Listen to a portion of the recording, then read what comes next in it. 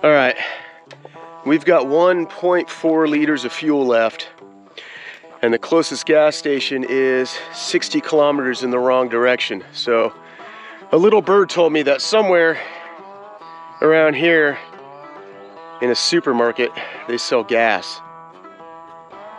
Not really seen much of a supermarket, but I guess we'll find out.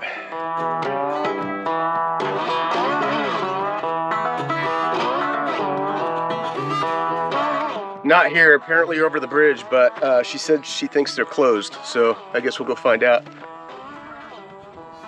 Looks like it might rain, which, seeing as how it's over 100 degrees out, I'd be okay with.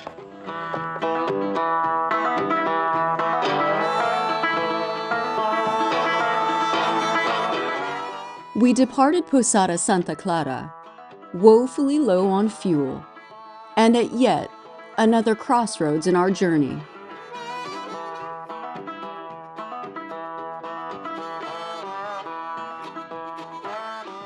As it turns out, 60 kilometers in the wrong direction can be anywhere when you have no idea where you're going. But even moto hobos must abide by a few fundamental laws. Gas, grass, or ass, no one rides for free. And in this case, the right direction is whichever point on the compass gets us closer to gas. No, necesito gasolina. Gasolina, tio? ¿Eh? As they call it in Brazil, gasolina. ¿Hay gasolina? Luckily, we were pointed to a local fishing resort with a private dock and fuel pumps. Not the kind of place that appreciates being advertised on iOverlander, but the kind of place that'll sell you a few liters if you ask nicely. Not enough fuel to make our way to Bolivia, but just enough to make it to Miranda, and from there, back to Bonito.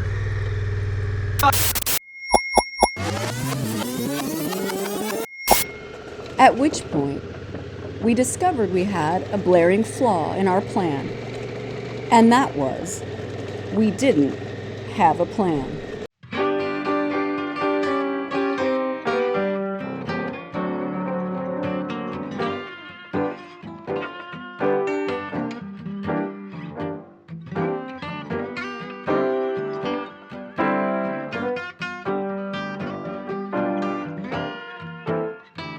That's not to say we were just out there floating around willy-nilly like a couple of hippies. Chad had, to some degree, done his research. He had studied and read and plotted and planned and did his best to intertwine various points of interest on interesting roads. But often, those roads do not intersect, and you find yourself somewhere in between. And that's exactly where we were, somewhere in between. So the question was, once again, where to now? And while conventional wisdom would demand progress, whatever that means, we were inclined to turn around and head south once again, to a point of interest that by all accounts is not to be missed. Foz do Iguaçu, where Brazil, Argentina, and Paraguay mingle at a multilingual ménage à trois, and the home of the largest collection of waterfalls on the planet. But in order to get here, from there would be a few days of riding the Blue Line through this and this, and this. But before we could even begin our ride, we had to get past this. A rig full of recently departed livestock had misjudged a traffic circle, creating a miles-long backup. But luckily for us, not the cows, we were able to gutter snipe our way past the crowds and catch the traffic break just in time.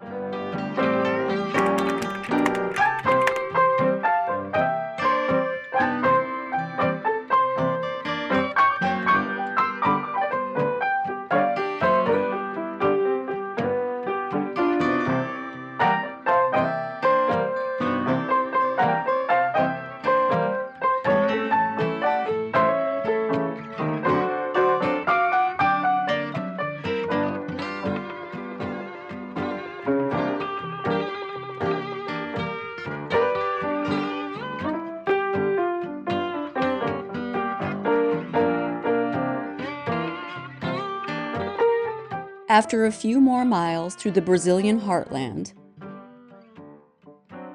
a few shortcuts,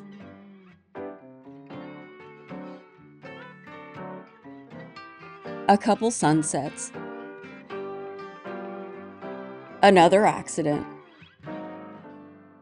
and a 3D Last Supper, we pulled into Foz do Iguaçu and wasted no time stripping off our riding gear before making our way to the national park.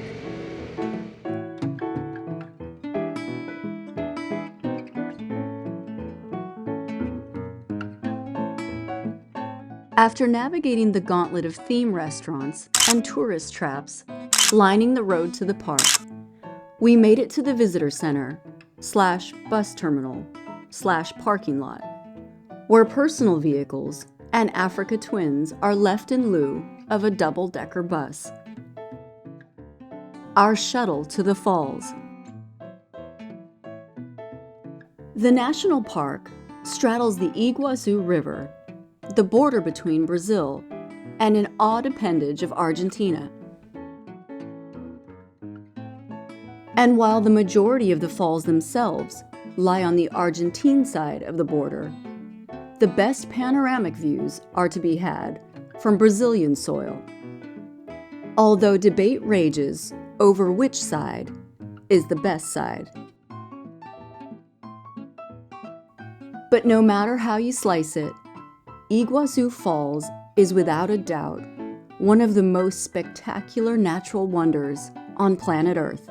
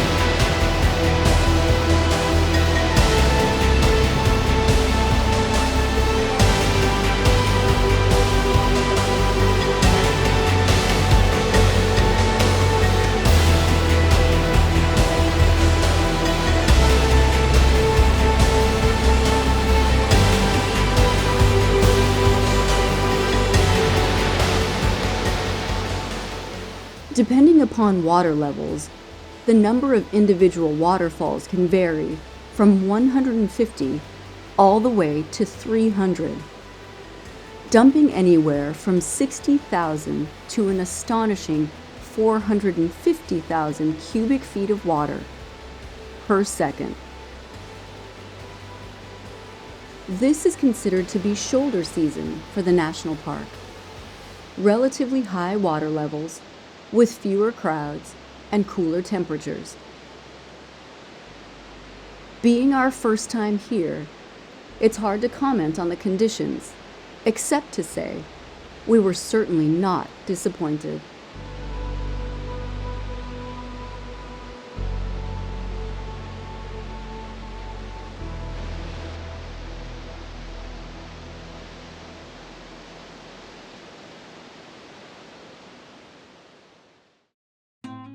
After embracing our inner tourists, geeking out, getting wet, and taking selfies, we closed down the park and took the short shuttle ride back to the Twin. You gotta remember to take that off before I try to back her up. Or don't. Or don't. We won't get far. For our short moto ride back to the city. And our final few days in Brazil, before crossing the Pantanal River into Paraguay to explore the black markets of Ciudad del Este.